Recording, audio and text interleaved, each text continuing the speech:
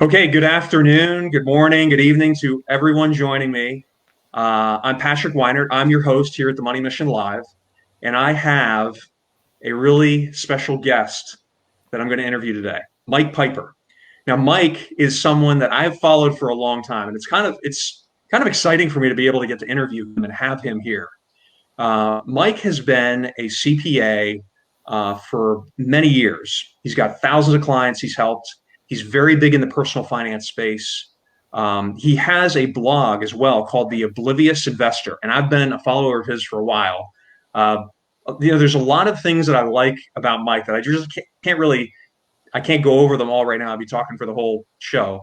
But what I want to do is I really want to just share with everyone here how excited I am to be able to have Mike here to talk to you, to answer your questions, and to really share a lot of his unique perspective on stuff in the personal finance space that I've never really heard anywhere else. So let me just start out, Mike, by saying thanks for joining us. It's great to have you here, and I look forward to learning more about you and your ideas. Thanks for the invitation. Should be a fun discussion. Yeah, absolutely. So to kind of start out, Mike, what inspired you to want to get involved in personal finance, becoming a CPA? I know we were talking, just so everybody knows, we were talking a little bit um, in the broadcast studio earlier prior to coming live here. And, Mike had just mentioned me, he started kind of early and I wanted to talk about that in more detail just because I was intrigued by it. You mentioned you started early. Can you give us like some more background? What inspired you Sure. and Yeah. I guess maybe fifth or sixth grade, my mom started teaching my siblings and I about stocks and just what they are and why they are an important part of personal finance. She had always taught us about just money in general, saving and budgeting and so on from, as young as I can remember, really. And so somewhere around fifth or sixth grade is when she introduced the concept of stocks. And I remember she bought me a share of Procter and Gamble stock. And then have you hung on to that since then? No. Just kidding. She explained the concept that now you're an owner of a small piece of this company. And she explained how dividends work. And we didn't talk at all about, how the price is going to move up and down or the fact that you could even sell the stock at any point. But then we went to the grocery store and she showed me all of the different products that Procter and Gamble makes. And there are, of course, a million, and they're all the things that you're familiar with. But as a fifth grader, the one thing that really hit home was Pringles potato chips. I was like, oh my goodness, anytime somebody buys Pringles potato chips, I'm going to make a little bit of money. And I was sold. It was so exciting to me, that concept. And I guess it's been exciting ever since, really. That's cool. Yeah. Now, Mike, you're in St. Louis. Where did you grow up? I grew up in St. Louis. In St. Louis. Okay. Yeah. Spent about 9 years in Chicago, a couple years in Colorado, but St. Louis is home. Okay. Very cool. Yeah. Can imagine. I mean, maybe you had like a stash of Pringles, after that experience. You're like, hey, not only do you enjoy them, but you make money when you buy them. Yeah. It's interesting you bring that up because I've often thought too in my own personal investing that I always wanted to own companies that I used. So it's like, hey, I have an iPhone and I use AT&T, so maybe I should be an owner, or I shop at CVS or Amazon, maybe I should own some of that. And you bringing that up is really cool because it just kind of resonates with me. But yeah, I mean, fifth or sixth grade, you kind of had us all beat. I can take no credit for it. It was just my mom recognizing that these were important things, and she taught her kids about it. Yeah. So how did that progress? You got, introduced to personal finance when you were very young.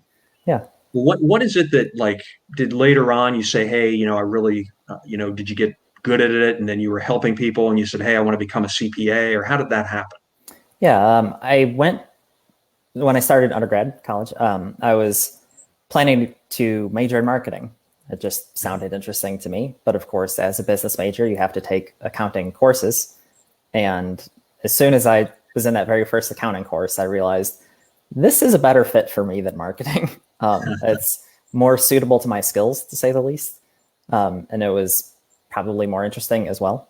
And so from that very first semester of college, I realized that it was going to be a good fit for me. And so Yeah. it was a pretty straightforward process from there. Just finish the degree, get the CPA certification. It all made sense, it felt like, for me. Speaking of, you mentioned how marketing wasn't your forte, and yet you're a very successful writer. You've been featured on Morningstar and Money Magazine and AARP and Forbes and the list goes on, Wall Street Journal. And one of the things that I think is important about marketing, which is interesting, is that if you make a product, which you have books. By the way, for all those that are watching, Mike has a bunch of different books that I really enjoy because they're very easy to read and understand. It's like they're simple concepts and they're perfect to get the basics of something. And then also, if you want to get more detailed, you can go more detailed, but really get that information in a way that's easily understandable, digestible, and actionable. And so I want to make a pitch, for Mike's books, obviously.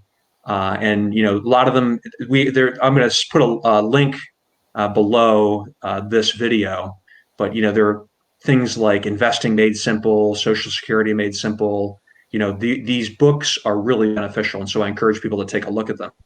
But one of the things I think that's interesting about marketing is if you make something that just has value, like if you're just bringing value, it will sell. Like word of mouth will get out. You don't even have to really do anything. It's like your success is a real testament to that. That's So that's literally what happened. right. The first book that I wrote, I had no intention of it being commercially successful. I wrote it. It's about taxes for people who are self-employed, and I just Yes. had a number of people in my life, friends, acquaintances, family, etc., who were self-employed, and every year around tax season, they would be asking me the same questions. And so I decided I'm just going to write a very short book that answers all of these questions. And then I can just give these people this book instead of spending my time every year answering the same questions over and over. And just by virtue of the way that I published it, the book was available on Amazon and it started selling copies. And Yeah. a number of people emailed me to ask if I would write books about other topics. And so I did. So it was literally just, I didn't intentionally market the books particularly in any way at all. It just kind of took It off happened on its own. naturally. Yeah. Yeah, that's incredible. That's a really great, just you sharing that's a great story because it's like you didn't go out there saying, well, I'm going to write these books and see if the market wants it. It's like the market came to you and was like, hey, we really enjoy your products and what you do, your knowledge. Can you share more? And you're like, sure, so good for you. I think that's great, even for people who are watching who may be interested in being a writer or starting a business. What you're talking about, I think, is a good testament to kind of that organic product production or service production. Yeah. It But also, go ahead. I think from a marketing point of view, it also helps that I'm excited to write about topics that I think a lot of people aren't very excited to write about. So there's less competition. Everybody wants to write, their memoir or there's things that people like to write about. Not as many people want to write about how a Roth IRA works. So there was less competition in that space. Definitely. So, speaking of your expertise, the oblivious investor, I always kind of look forward to getting your latest post or email on your blog, because I always like seeing, hey, you give your perspective on something. I'm like, every time I read something from you, it's very a unique, fresh perspective. It's like, I've never heard this perspective before. And what kind of inspired you to pursue building the blog? Was it just that you were trying to help people and help as many as possible? And obviously hiring a CPA isn't inexpensive, right? And Right. so what was the big thing behind the big push behind that? I started it around the end of 2008 when the market was crashing. Right. And basically it was just meant to be just some articles that I could put out very quickly somewhere because it's hard to publish a book very quickly. And just to reassure people that, yes, the market is going down, but that doesn't mean you need to panic. Right. It doesn't mean you need to sell all of your stock holdings. And Right. in fact, it's often not a good idea to do that. So that was mostly it, just to encourage people to stay the course, so to speak. Yes. Okay. And speaking of staying the course now, one of the things that I really took from some of your blog posts and wanted to talk about in more detail was your approach to different topics. One is, you mentioned staying the course, even when the market goes down. And I know, after we had kind of that correction last year, a lot of people had panicked. And I'm sure at that time, and I think if I remember, you were telling, hey, people just keep buying, just keep investing, stay in the market. What are tips that you would have for someone, if we have another crash, and of course we'll have another crash in the future at some point. Yep. What are your tips for people to help them kind of cool their nerves and realize that they're their own worst enemy when it comes to that stuff? Is there anything you recommend? Sure. I think ideally, hopefully, you can do some of that work in advance by picking an asset allocation that is going to be something that won't cause you to panic in the first place, right? So rather than trying to overcome the panic once you're feeling it, trying to pick a portfolio that won't cause you to panic. Yes. And of course, it's hard right now when we've been seeing the market go up for 12 years almost nonstop. It can be hard to remember how exactly you felt the last time there was a big bear market. And so it can be hard to gauge your risk tolerance. But that's the goal, at least, is to pick an asset allocation that's not going to cause you to panic to begin with. But then if the market is going down and you're starting to feel some discomfort, to say the least, then I think important things to think about are, especially for people earlier in their careers, there's just remember that you're not about to be spending this money next month. So your account balance next month just isn't that important. If you're 20 years away from retirement, what matters is what the account balance looks like 20 years from now, right? If you are closer to retirement, well, then it can be a genuine concern if your portfolio is declining and you were planning on retiring 3 months from now and suddenly your portfolio has fallen by 30%. Then unfortunately that is a genuine concern, and there's not necessarily a great answer there in that case. It still doesn't mean you should necessarily panic and sell all their stocks by any means, but it probably does mean adjusting your plans somewhat in terms of your intended retirement date and so on. When we talk about thinking about retirement, I think one of the things that stood out to me in a lot of your writing is, and I like this because we're in tax season now, so it feels an appropriate topic to discuss. But something you brought up that I thought was unique, fresh perspective on stuff was there was a blog posting you did where you talked about maximizing your after-tax return vice minimizing your taxes. Because people fall victim of saying, "Oh, how do I minimize my taxes? I want to pay less taxes," and that's fine. It's I'm not in any way trying to say it's a bad idea. I want you to pay more taxes, but I think you brought in a really good point where you said, your goal is not necessarily to minimize taxes; it's to maximize your after-tax return. And I thought that was really insightful. Can you talk a little bit about that? Maybe with regard to retirement, maybe with regard to choosing between a Roth and a traditional IRA. Because I know a lot of people think, well, I should be in the IRA that I'm taxed less. Like, so if I'm going to be taxed less in the future, then I want to put it in the traditional. If I'm going to be taxed more in the future, I want to put it in the Roth. But it's like, isn't really that simple. So I'm just kind of curious what your thoughts are. Do you have general guidelines as far as, how do you maximize those after-tax returns? Right. With the Roth versus traditional question, it is about tax rate, how your tax rate now compares to your tax rate later. But what a lot of people do without realizing it, if they're, for instance, trying to do a do-it-yourself analysis in a spreadsheet, the metric they use is how much tax in total would I pay if I contributed to a Roth or if I contributed to a traditional IRA?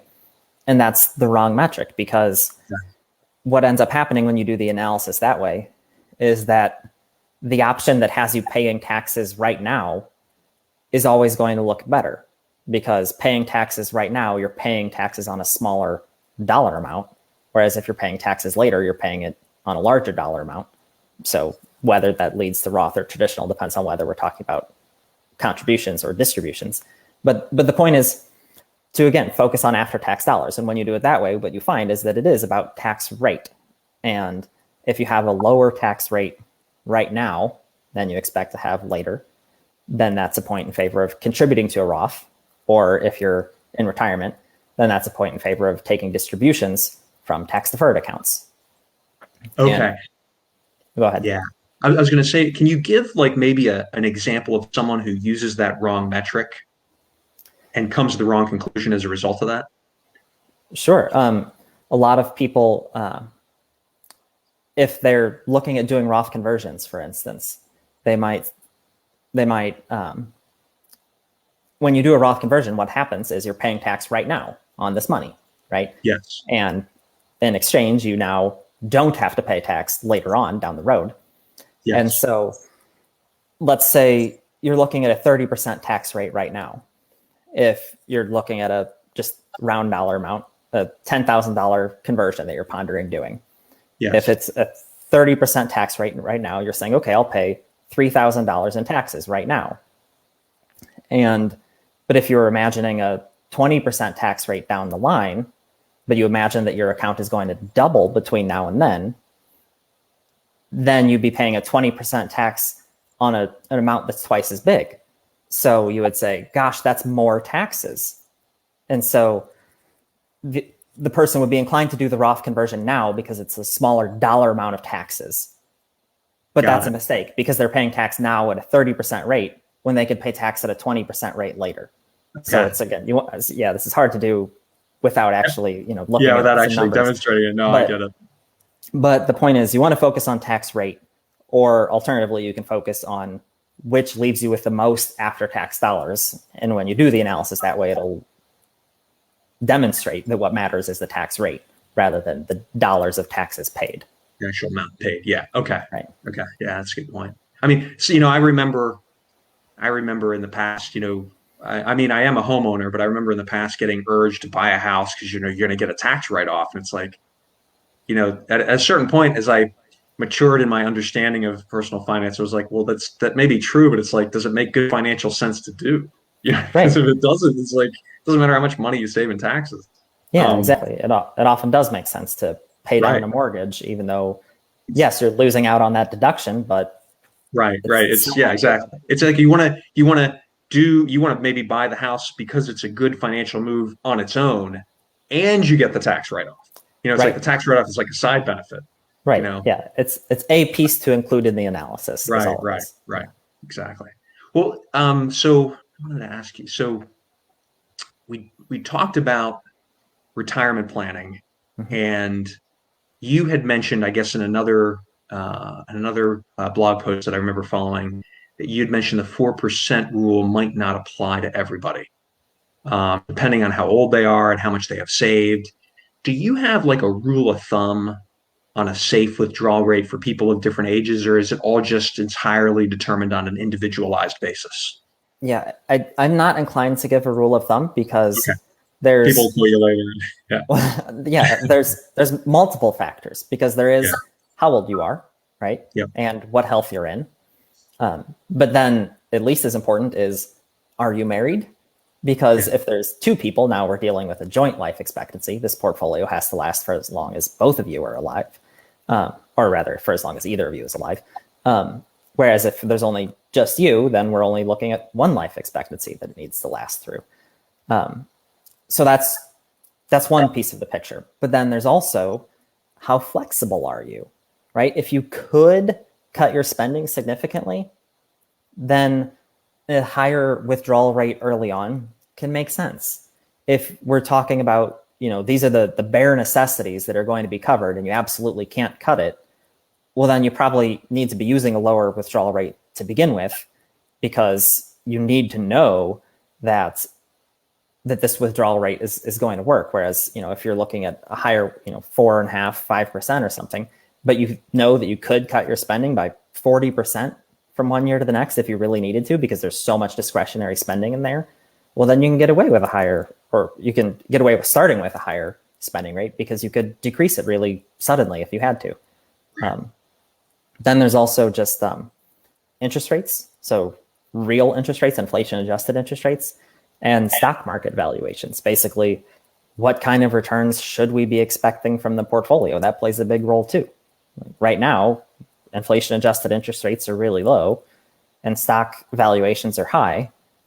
And both of those point towards low returns for the near to intermediate term future. So, a lower spending rate right now is probably prudent relative to what would have made sense 10 years ago. Yeah. Speaking of looking at retirement, what are like costs that you've seen maybe clients of yours or followers of yours have run into in retirement that they didn't expect? Because I've heard that sometimes. I've heard people say, "Hey, I want to plan for retirement, but I don't know what I don't know."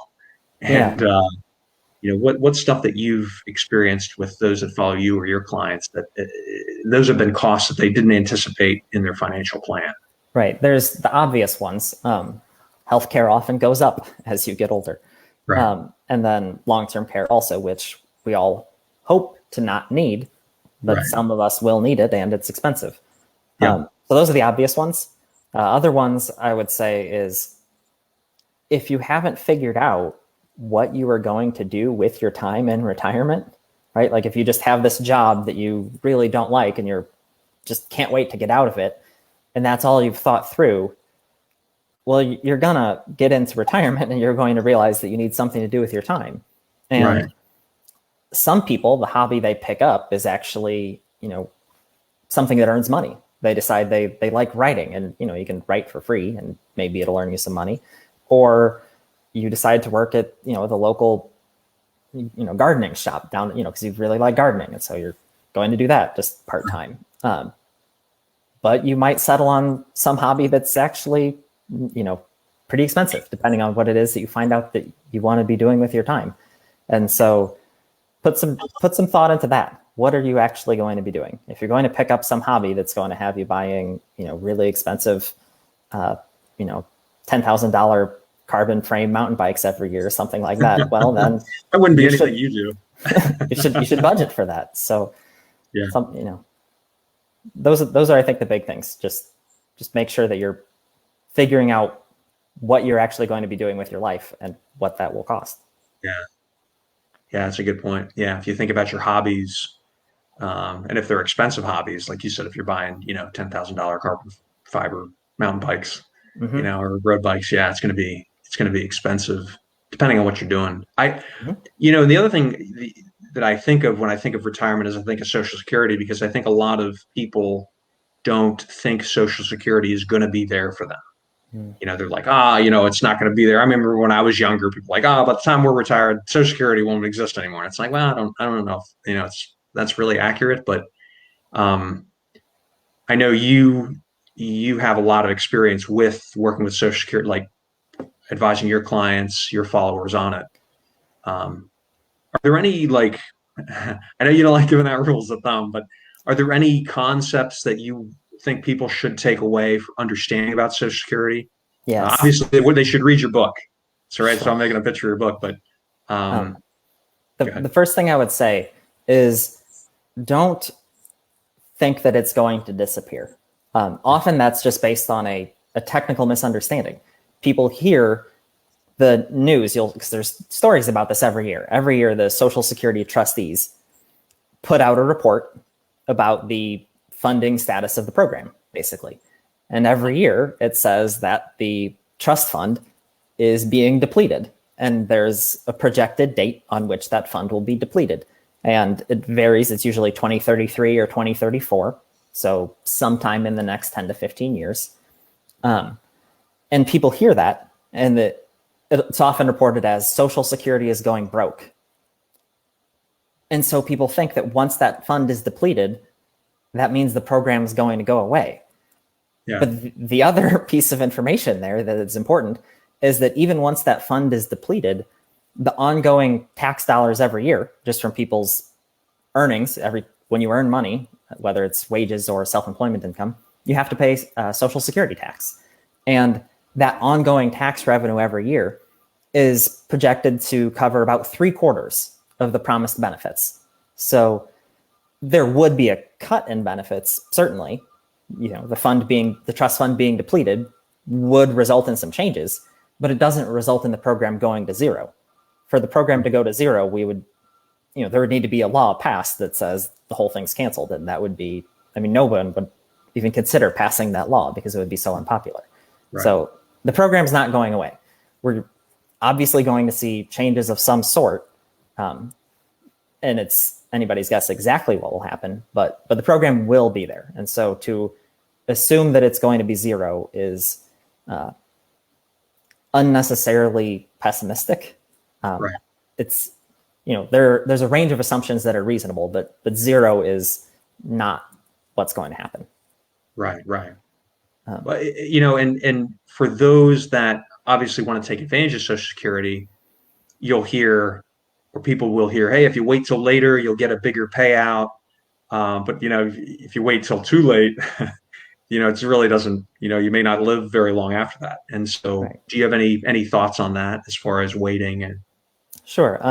So the decision, you can file as early as age 62, or you can wait until age 70. And basically for every month through that 8-year window that you wait, you end up with a larger monthly benefit. So it's a trade-off of a larger benefit, but of course you'll be collecting that larger benefit for a shorter period of time. And the rough draft plan, I guess I would say, so what the advice I would offer to somebody without knowing anything about them is that for a single person, it usually makes sense to wait. Not necessarily all the way until age 70, but usually close to age 70. And there's a few primary reasons for that. Number one is that life expectancies are somewhat longer than the life expectancies that are basically built into the assumptions that the system is based on. And because people are living somewhat longer, that's a point in favor of delaying Social Security, because that means you'll be getting this larger benefit for a longer period of time. Another point in favor of delaying is that financially, the retirement scenarios that are scary are the ones where you live a long time. If you retire at age 60 and then die of a heart attack at age 61, you probably didn't run out of money during retirement, right? It's the cases where you retire at a given age and then 30, 35 years later, you're still alive and still spending money. Those are the financially scary scenarios. And those are the scenarios where delaying Social Security works out best. And then there's one other point that's another factor that points towards waiting.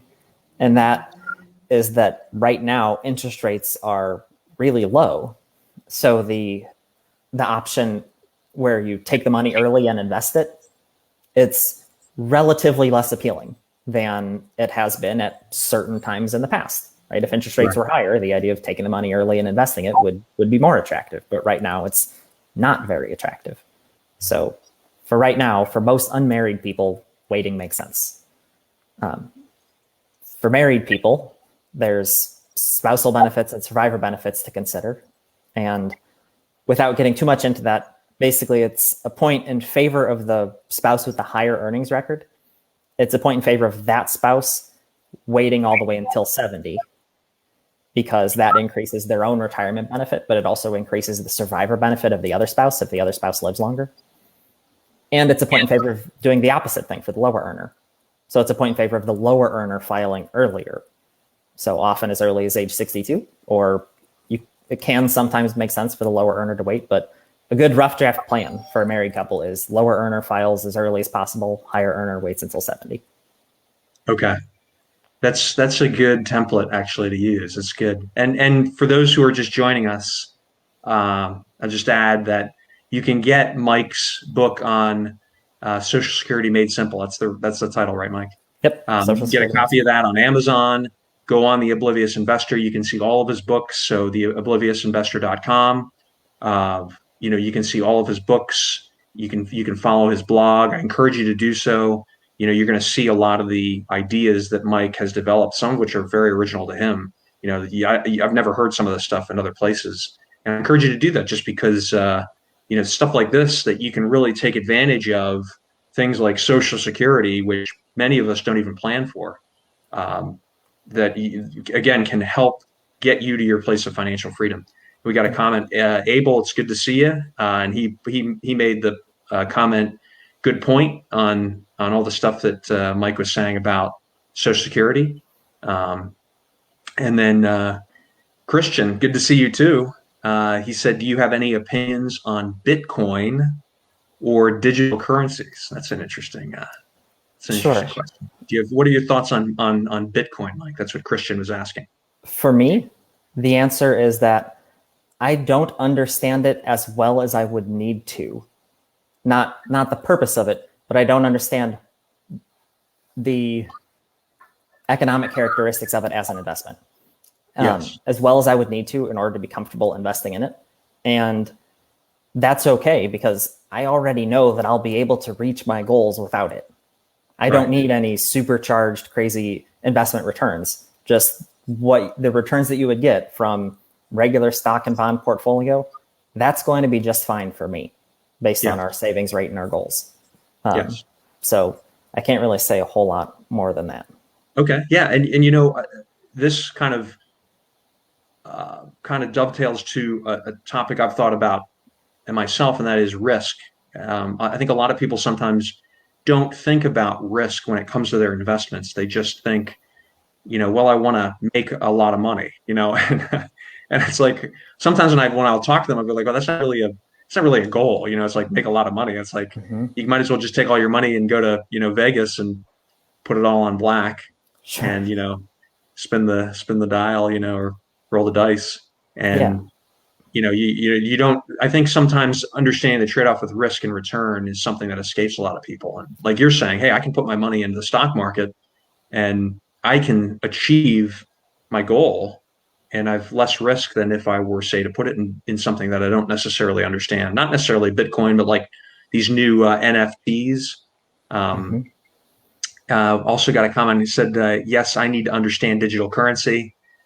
So yeah, these are good comments we're getting. Thanks for that comment, Michelle.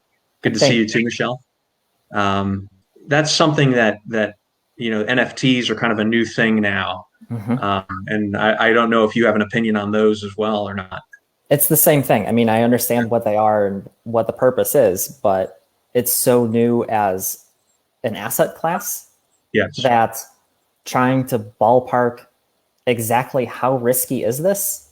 Well, there's no historical data on it. So that's a challenge to do, to say the least. So again, it's the sort of thing where I'm perfectly happy to be the person who just watches for 10 years. And does that mean that I miss out on opportunities? Yes, it will. There will be certain things that I'm not investing in where I could have earned a fantastic return, but it also means I'm going to avoid any huge mistakes where something sounds like the next big thing and it turns out not to be. So I'm perfectly happy with that approach. It's not going to be a good fit for everybody, but it is true. You're talking about risk in general.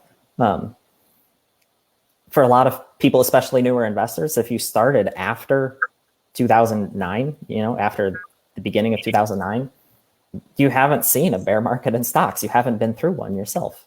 No. And that's just a growing percentage of investors out there. And it can be, it's of course, if you're in that boat, that's not your fault. But of course it is hard to judge your risk tolerance if you haven't seen, you haven't been through a bear market before. It's hard to know exactly how you'll feel. And that can lead, I see it all the time. Of course, young investors often should have aggressive portfolios, but you often see young investors who think of risk as a hypothetical or theoretical thing because they haven't personally experienced it. It's like, yes, it's hypothetical until it's suddenly very real. And it's like the whole concept of suffering, right? It's like it's a kind of an academic exercise until you're going through it, and then it's like, wow, this is right. Yeah, Yeah. exactly. So Abel has another question for you. Mhm. And he said, how do you feel about investing in special purpose acquisition companies, SPACs? I'm a new investor, but I Mhm. like the electric vehicle SPACs. So Yeah, do you have it's the the same thing? same exact thing for me, especially if you're new. Especially if you're new, I would stay away from. So right now, those are the big things, right? Tesla, Bitcoin, GameStop, SPACs, and NFTs. Like those are the big topics. Right, 10 years ago, it was other topics. 10 right. years from now, it will be other topics. There's always something that's new and hot, and sometimes they pan out. Most of the time, they don't. And so if you are already very well along the way towards your goals, and so you have excess investment capital, money that you can afford, you can say that even if this just completely bombs, I'm going to be fine. That's the money that makes sense to be allocating to these types of things that are unproven, right? Where Okay. there's very short-term track records. That's where it makes sense. If you're somebody who is just getting started, I would not, I mean, again, it's everyone's personal decision how much risk you want to take on. But if I were in that place, I wouldn't want to potentially waste the first, several years of my investment career putting it into things that might not pan out, right? Because the compound growth, the first several years of investing are the ones that matter the most. They're the ones that have the greatest impact on your total portfolio balance at the end. And so I would be inclined, if I were early in my career, just to use something simple like a total world stock index fund. And Mhm. so still aggressive. I mean, that's an aggressive allocation, 100% stocks. That's Yes. a high expected return allocation, but it's in an asset class that's proven, right? There's a very fundamental reason why a stock index fund has positive expected returns. It's just because it's an investment in the economy overall, and businesses in general earn profits over an extended period of time. Yes. So that would be my personal inclination if I were a new investor. Okay. A lot of our viewers are um, younger people. A lot of them are military. Some of them are Mhm. veterans. Um, do you have any do you have any recommendations as far as, people who, are either starting out, maybe they're in the military, maybe they're not. Is there anything in your experience, Mike, that you could, piece of advice you would give them as far as planning for their financial future that may be unique? I don't know if you work with a lot of military or not, but Not very regularly, I don't. okay. Um, I would say though that in general, so if we're talking about careers that, I mean, you're not generally, if you're in the military, you're not making wild, vast amounts of money. You're not Right, an investment, it's different than being an investment banker at Goldman Sachs or something like that, where you're, making $500,000 a year. right, And so if you're in that boat, that's exactly where I would be inclined towards sticking to the basic stuff, because financial planning is a field that's been around for a good while now. There's a proven path to success, right? yeah, Just focus on the basics, focus on your budget, focus on saving enough every month, right? And, contributing to the TSP, making sure that you have an asset allocation that's a good fit for your risk tolerance, contributing to a Roth IRA, and that will get the job done, right? You don't need to do anything crazy. There's a path to success that we know works. And so you can try to create something new and better if you want to, but it's not necessarily going to pan out. I mean, often this is, of course, this varies from one field to the next, but in many cases, there's the people who have been studying this for a long time, and then there's someone new who comes along and say, let's do it this way, right? I think all of you are wrong and you should do it this other way instead. And every once in a while, that person is right. Every yeah, once in a while, that person's the new genius on the scene, right, and there's going to be a new paradigm going forward. But in most cases, that person just hasn't learned enough yet. right, And right. And the way that we've been doing it that works, it works for a reason. Yeah. And so I this is not specific to military. This is just most people. Most people in your just normal careers stick with what works, right? Just focus on, as far as investing, just a basic low cost diversified portfolio. It's easy. We know why it makes money over time. It's easy to understand. It's easy to implement. It's easy to stick with. And then also it frees up time and mental energy because it's simple. It frees up time and mental energy to focus on all of the other pieces of financial planning, right? People often get hung up on investing because it's exciting and interesting. And then it turns out that, they've got kids and they don't have life insurance. And, Right. they're missing a critical piece of financial planning, or they don't have a will that names the guardians for their kids, or, they don't have disability insurance or whatever. And so it's, some big important piece of financial planning that has been completely unaddressed because they're focusing so heavily on, one piece of the picture. Yeah. And so if you, just keep the investing piece simple, that can, frees up time and mental energy to focus on all of the other things that also matter. And we got another comment here from Abel. He said, "Great, thank you." So, Mike, thanks for your comment. Abel, thanks for your comments too. And Mike, what have you seen has been probably one of the most common pieces of that overall picture that's left out? Like people may focus on investing because it's sexy, Mm-hmm. and what is it what is a piece that you think is most commonly left out that affects them the most, especially for younger people? Yeah, for younger people, the two things I would say are insurance and estate planning. Okay. And when people hear estate planning, they often think estate taxes, which only applies if you have very large portfolios. But that's not what I'm talking about here. I'm talking about just, do you have a will, right? Because that matters. And, if you have any assets or if you have kids, that's an important thing to do. And you can get it taken care of fairly quickly. You'll have to pay somebody to help with it, but it's not the hardest thing in the world to get done.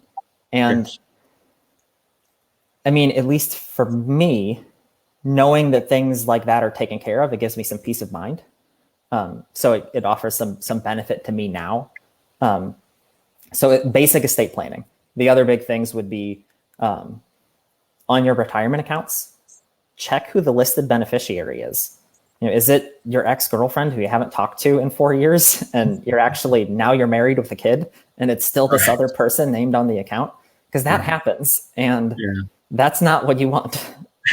So just basic stuff like that. And then on the insurance side, just making sure that you have enough life insurance.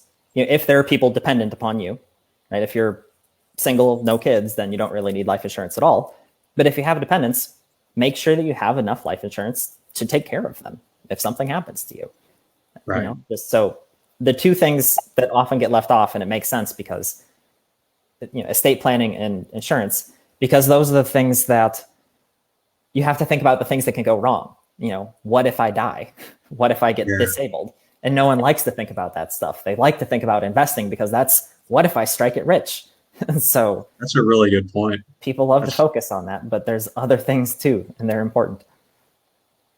you know, you mentioned people liking to focus on, the kind of the good news and feeling Mm-hmm. good. And there's nothing wrong with that, but you're right. They kind of don't think about some of the stuff that might go wrong and how to plan for that. Um, we actually got another question here.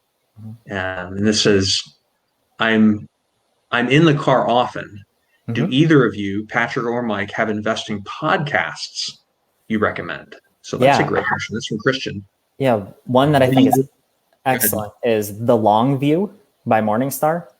It's just excellent. I have a range of guests, and I think it's quite good. Are there any, are there, so Mike, you have been on Morningstar as well. You've been quoted by them. You've been, are there any articles of theirs, where you've made some contributions you would recommend people take a look at? Um, Any, sure. Anything written by Christine Benz okay. is going to be fantastic. Okay. She she has a new position now. She was their, I think, director of personal finance was her position before, but she is an across the board expert, basically. So investing, retirement planning, taxes, she knows about all of it, and she can communicate it clearly. So anything by her is just fantastic. Okay. John Reckenthaler, he's, I'm trying to think of exactly what his role is. I can't remember off the top of my head. But so he's generally going to be focusing more on mutual funds, which is Morningstar's classic bread and butter. Right. Excellent. Anything from him, also worth reading. So that's not to say by any means that those are their only two good writers, because that's not remotely true. But anything by those two writers, John Reckenthaler or Christine Benz, is absolutely worth reading. Excellent.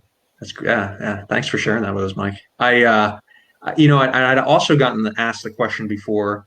You're talking a little bit about mutual funds. There's a follower I have who really likes mutual funds over ETFs. But their question was that when I'm comparing putting my money in my Roth IRA versus my Roth TSP, or this could be extrapolated to a Roth 401k. Really, it could be any, or 403b. It doesn't necessarily need to just be military. But is there an advantage, if I'm putting it in the Roth IRA first, assuming I've captured matches, right? Assuming I've gotten any matching money in my 401k. Yeah. But is there an advantage to me putting it in the IRA first, because I can kind of pull that principal out even before, because there's financial flexibility there, right? Like we talk about financial freedom, and that means getting to a certain goal at a certain age, and that gives you more flexibility. Whereas you can't do that necessarily with a 401k. Yeah. Do you have thoughts on that, or the person who asked the question nailed it? I was going to say there's one big reason for a Roth being the priority after getting the match. Roth IRA specifically being the priority after getting the match. And that is that you can take your contributions back out without having to pay tax and penalty, and you can do that at any age. So the person who asked that question nailed it. They got it exactly right. That's the reason. Yep. Okay, perfect. Yeah.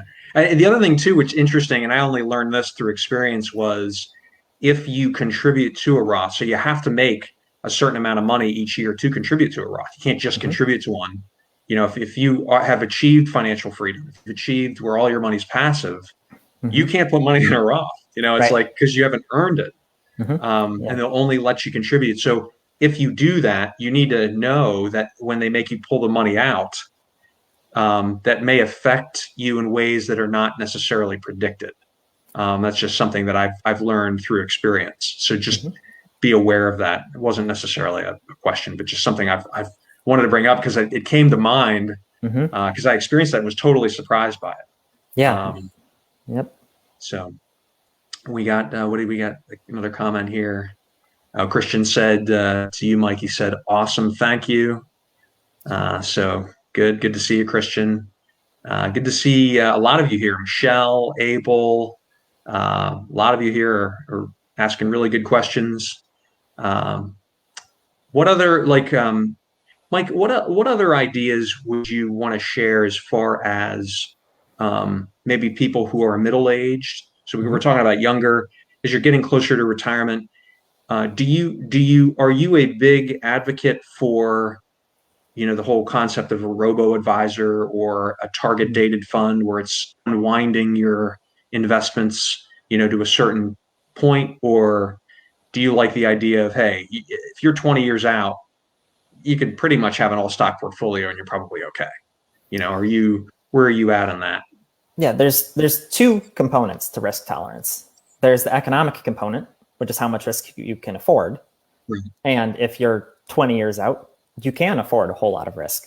But there's also just the mental, psychological component, right? How much risk are you personally comfortable with?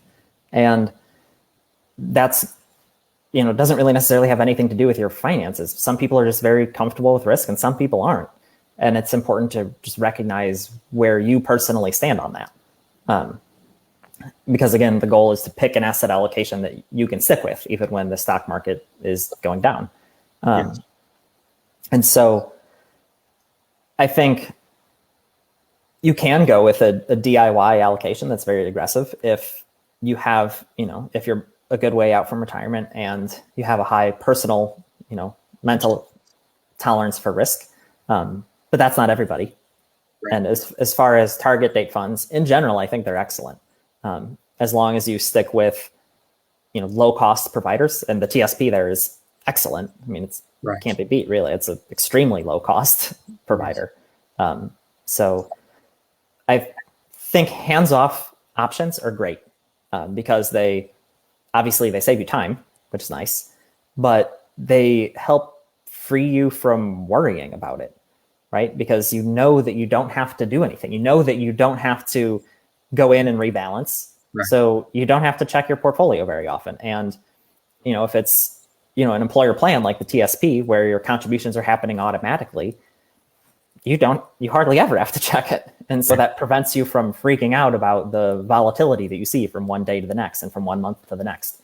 So in general, I think things like target date funds they're a fantastic product as long as you make sure to use a low cost provider. So the TSP is great there, and make sure that the allocation is a good fit for you. Just because, if you're planning on retiring in 2045, just because the fund says 2045 in the name doesn't necessarily mean it's a good fit for you. You might find that the 2035 or 2055 fund is a better fit for your personal risk tolerance. That's a really good point. It's interesting that you bring that up because I think sometimes we don't realize that. It's like not only what is your goal and what is your risk tolerance, but how do you feel about volatility? If you aren't comfortable, even if you have high risk tolerance, if you're not comfortable with volatility, maybe you should be less risky. Where the other point you made, Mike, which I really liked, was where you said, put your money in vehicles or diversified in a way that it's going to keep you going through the hard times, right? So you can say, hey, I'm young, I'm 20 something, I got 40 years to retirement. I'll put it in an all stock portfolio. It's like, okay, but are you the kind of person who, when it goes down, you're going to be really rattled by that? And if that's the case, you probably want to have a little bit more of a conservative mix in there, and that's going to keep you going through the hard times, which is the most important part, right? It's because what happens if you have an allocation that's too risky is that, the market goes down, because it eventually will, right? That happens at some point. And if you take your money out, you move it into cash or you move it into bonds, then the market recovers and your portfolio doesn't recover because it's still in cash. And so I guess this is some years ago now, but as recently as 2016, I was still hearing all the time from people who had taken their money out in 2008, 2009, and it had been sitting in cash for 7 years. They missed 7 years of great returns because they bailed out. And if they had just had a little bit more conservative allocation that they could have stuck with, they'd have 30% more in their portfolio now. They missed a huge.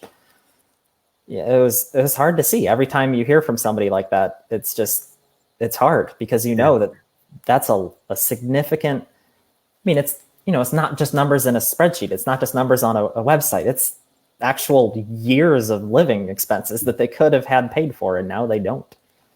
And so having an allocation that fits you is important. Well, for those who are kind of joining us here towards the end of our interview, this is Mike Piper, author, speaker. He has the Oblivious Investor, which is a great blog. Highly recommend that you sign up for that. Take a look at that. I'm going to put a link below this video. We'll also broadcast this on YouTube, but unfortunately the YouTube won't be live. This one is live. But if there are no other questions, it's good to see everybody here. If there are no other questions, Mike, are there any other things that you wanted to share with the audience before we wrap this up? We were talking about Social Security earlier. Yes. So there's another site I made, Open Social Security. It's just a calculator. It's free. So you can put in your information and it helps you with deciding on the filing dates. And it's completely free. You don't have to sign up for any email list or anything. You just use it So if that's a topic of interest, I would go ahead and check that out also. And you said it's called Open Social Security? Yep. Yep. Okay, perfect. Great. So opensocialsecurity.com. This is great. I'm going to take a look at this. And for anyone who's interested, please take a look. For those who have joined us, it's great to have you. Mike, thank you for being on the Money Mission Live. We really enjoyed having you here. Hopefully you're willing to come back again sometime in the future. Sure. Thanks for the invitation. Yeah, it's a real pleasure getting to talk to you. And we will end the show right now. So thanks again, and talk to you soon. Yep. Thank you.